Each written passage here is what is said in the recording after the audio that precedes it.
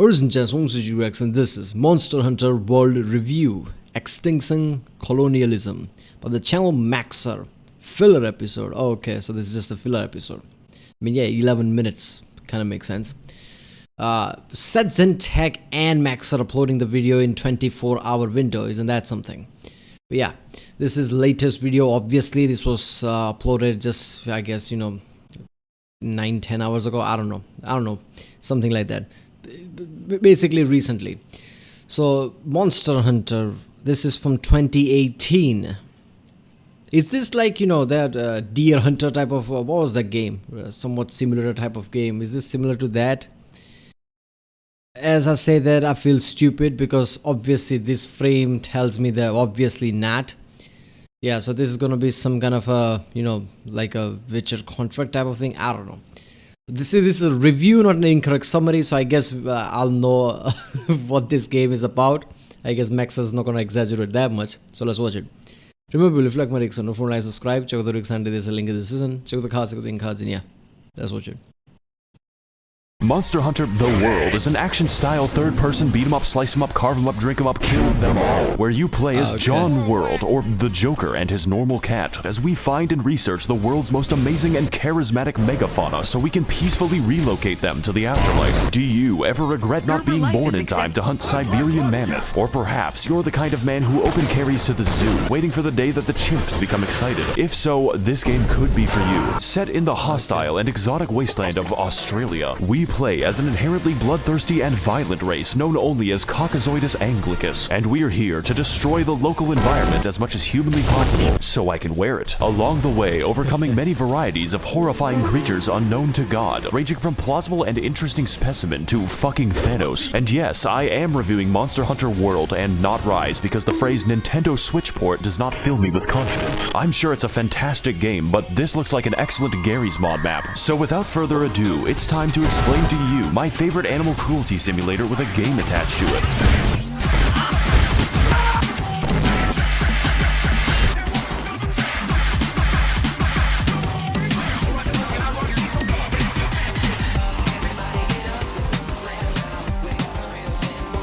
It's been so long since I've last seen my son, lost to this monster. First and foremost, Mobster Trucker is a game about options because there's a few of them. At least 3 monsters are present in the game, possibly 94, and every one of them has 2 armor sets. To hunt after these amazing beasts and where to find them, you need to get into the mindset of our distant ancestors. You see, humans are what we call persistence hunters, which means we kill by running down our prey until they beg us for death. For reference, our closest competitors in a marathon are sled dogs and a horse. Imagine for a moment that you're this big fucking turkey and it's almost time for Thanksgiving. After a long and arduous battle, you run away as far as you can, but every time you turn around, he's still there. And even worse, it's wearing your skin.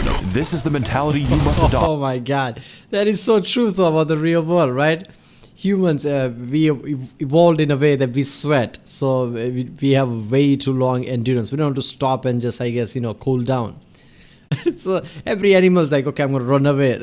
Turn around, holy shit, he's still coming towards us and he's wearing my skin, because obviously that's what our ancestor used to do. That is a terrifying sight.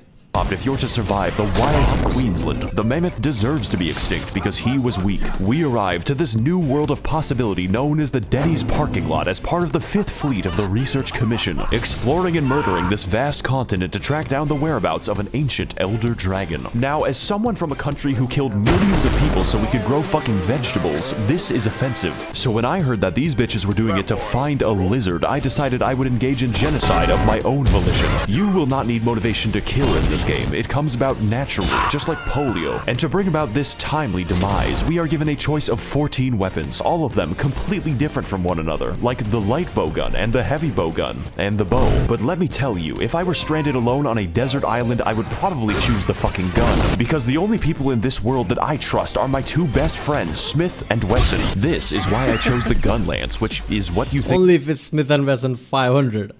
That is fun.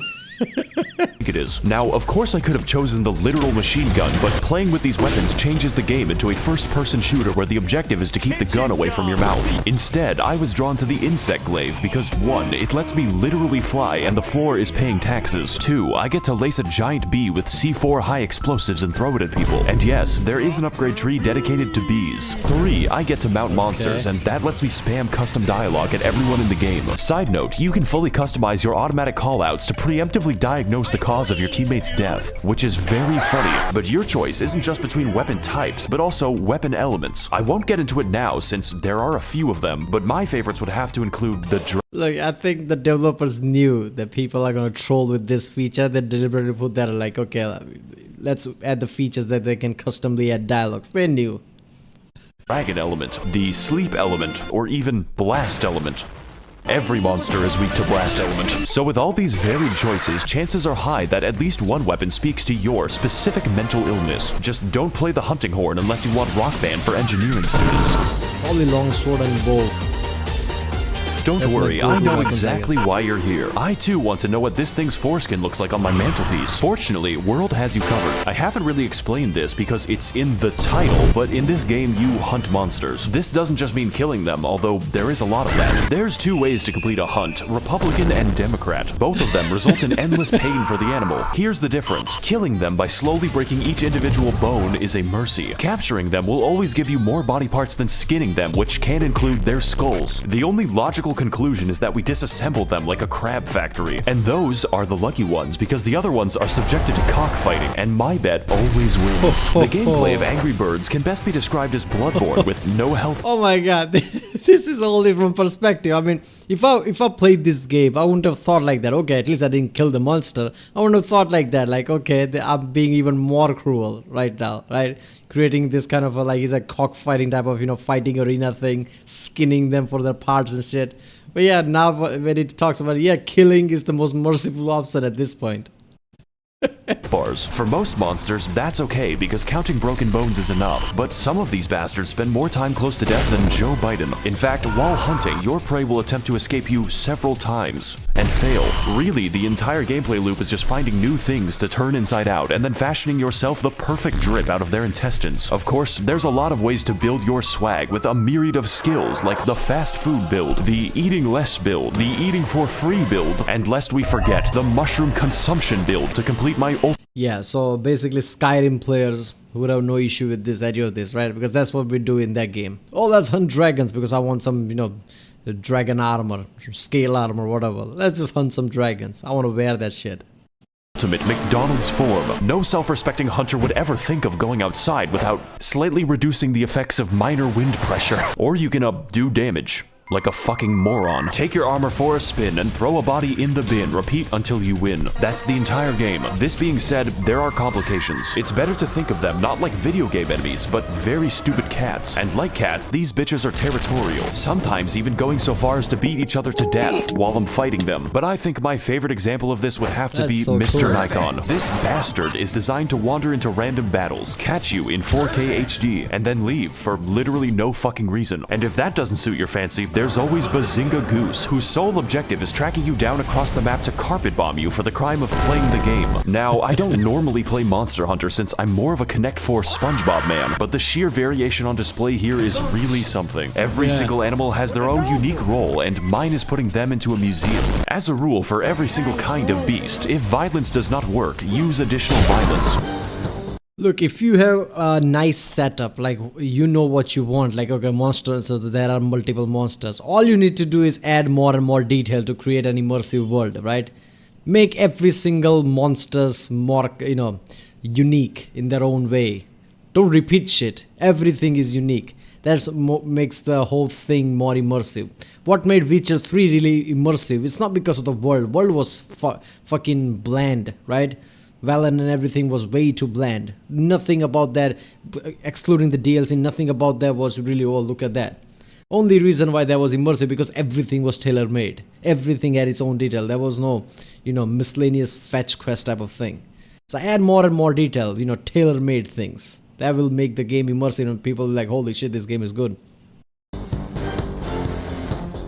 Now that we have a good understanding of our victims, it's time to take our domestic violence international, because this is a monster hunter world, one that makes no fucking sense, both geographically and ecologically, just like the real Australia. So upon beginning the game, we make our way across the dangerous but inoffensive lands of New South Wales, learning the basics, surviving, and expanding our newly founded gulag of Sydney. This hell will be your base of operations for most of the game, complete with every kind of amenity you can expect from savage Welshmen. It's here that we rearm, research, and reforge my weapon again because I am indecisive. There's even a pig that won't stop following me. You can pet it, but not too much, because what matters is consent. But most importantly, this is where we use racial segregation, because for some reason the only chefs in the entire camp are cats, and this is a very unsanitary cooking environment. You see, food isn't just a buff. Man, I wouldn't trust a cat to make my food. What the fuck cats know? Right? They'll make it a fish or something. Alright. the pig thing is awesome, you know. Yo, isn't that cute? Alright, get the fuck. The pig just basically headbutts you. That's just so awesome. And it's not just a cutscene, it's fucking mandatory. I mean, just look at the cardio. My body's an airplane powered by dead chickens. To put it simply, the game is unplayable with an empty stomach for two reasons. One, it looks like this, and two, I don't have to explain shit. The next areas on our list are what I collectively call the stank tank, and to get there, we need to contact the 3rd Expedition Fleet, who have spent the last 30 years smoking weed in their spaceship. This is pretty much why we're here. This new environment is firstly comprised of the Coral Highlands, which are filled with a beautiful and alien ecology, able to support a wide range of pit bulls and more literal balloon animals. From this point onward, biology is more of a suggestion, but looking just underneath the surface, we find the true source of this bizarre life. Its depth. The Rotten Vale is an area built and designed to simulate San Francisco and is sustained only by the miracle of rotting corpses and feces. You may be asking yourself some important questions right now, such as, can the smell kill me, or how the fuck? As it turns out, every monster in the New World has an inherent instinct to die here, specifically, which begs the question, why do predators even exist if they can just wait? And also, yes, the stench physically hurts you. Technically, these are all the areas you need to beat the game, by about 30%, because upon entering our next area, Monster Hunter turns up the heat and scales every monster back to being threatening again. Yes, even the Great Jagrussi. That means more weapons, more armor, and even more temptation to kill every mammal larger than my... So they just scale the enemy. Which game is it? I'm forgetting. I don't know. Wait a minute. Is it Borderlands? I don't know if it's Borderlands. I don't know. Some game that basically when this... after a certain time, when they scale all the enemies to your level, their physical appearance changes a bit, right? And it's not like just, oh, look at that, it's more level. No, it's in the game you can feel that these enemies are not the same as before. Even though they look same, there is some difference, right? So if they do something like that, like change, when you scale something, change a bit of physical appearance, right? Even just something here and there. Maybe change some color, give them some spike, extra spike or something, just to show like these are not the same, these are more badass.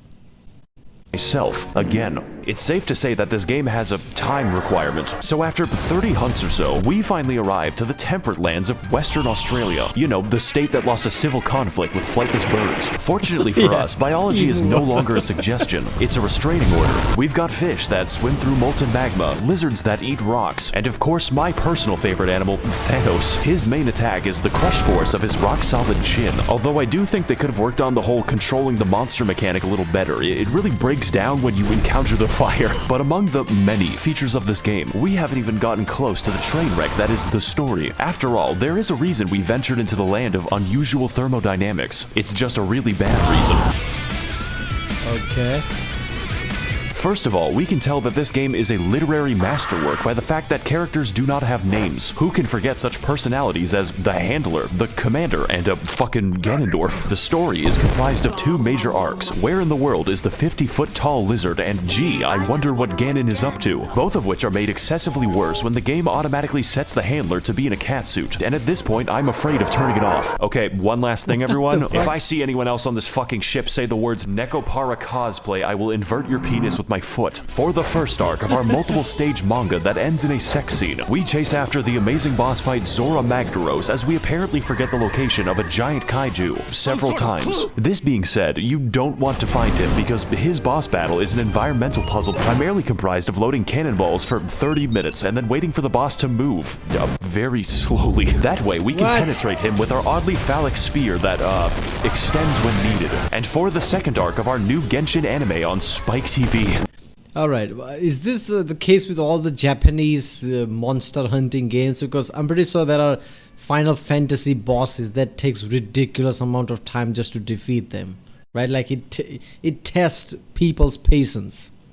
This kind of feels similar to that. And also I've noticed that, you know, with the Metal Gear Solid, where even in Metal Gear Solid 5 there was some elements like maybe, you know, this game is not trying to be that serious. I'm finding that as a trend too, like lots of Japanese games are like that. Some, you know, joke here and there, something that just, you know, it's not trying to take too much seriously, right? There's always some story that kind of feels like that. We team up with Ganon to discover new and amazing elder dragons all across the continent. And of course, I mean discover like the Vikings meant trade. This is where some of the toughest and most annoying bosses in the entire game happen, featuring such great fights as Nergigante, whose name I cannot say with a hard R, the COVID Beast, and my personal favorite, Margaret Thatcher's Nightmare. Of course, there is more to this game because there's always more, but that is basically how you beat the first half. So, there's an expansion for this game that is more expensive than the game itself, which doubles the content and the playtime. I'm gonna be fucking real, guys. I'm not covering that shit. This video is supposed to be short because I made it while on vacation, and vacation for me means working 8 hours a day. This game is lengthy. This is vacation. He edited all this shit out on vacation. I think he's on crack. I just know it now, right? Maxer is on crack every time he just sits in front of computer. Like, all right, let's do this. Just slams the keyboard. He replaces keyboard at least 3 times a day.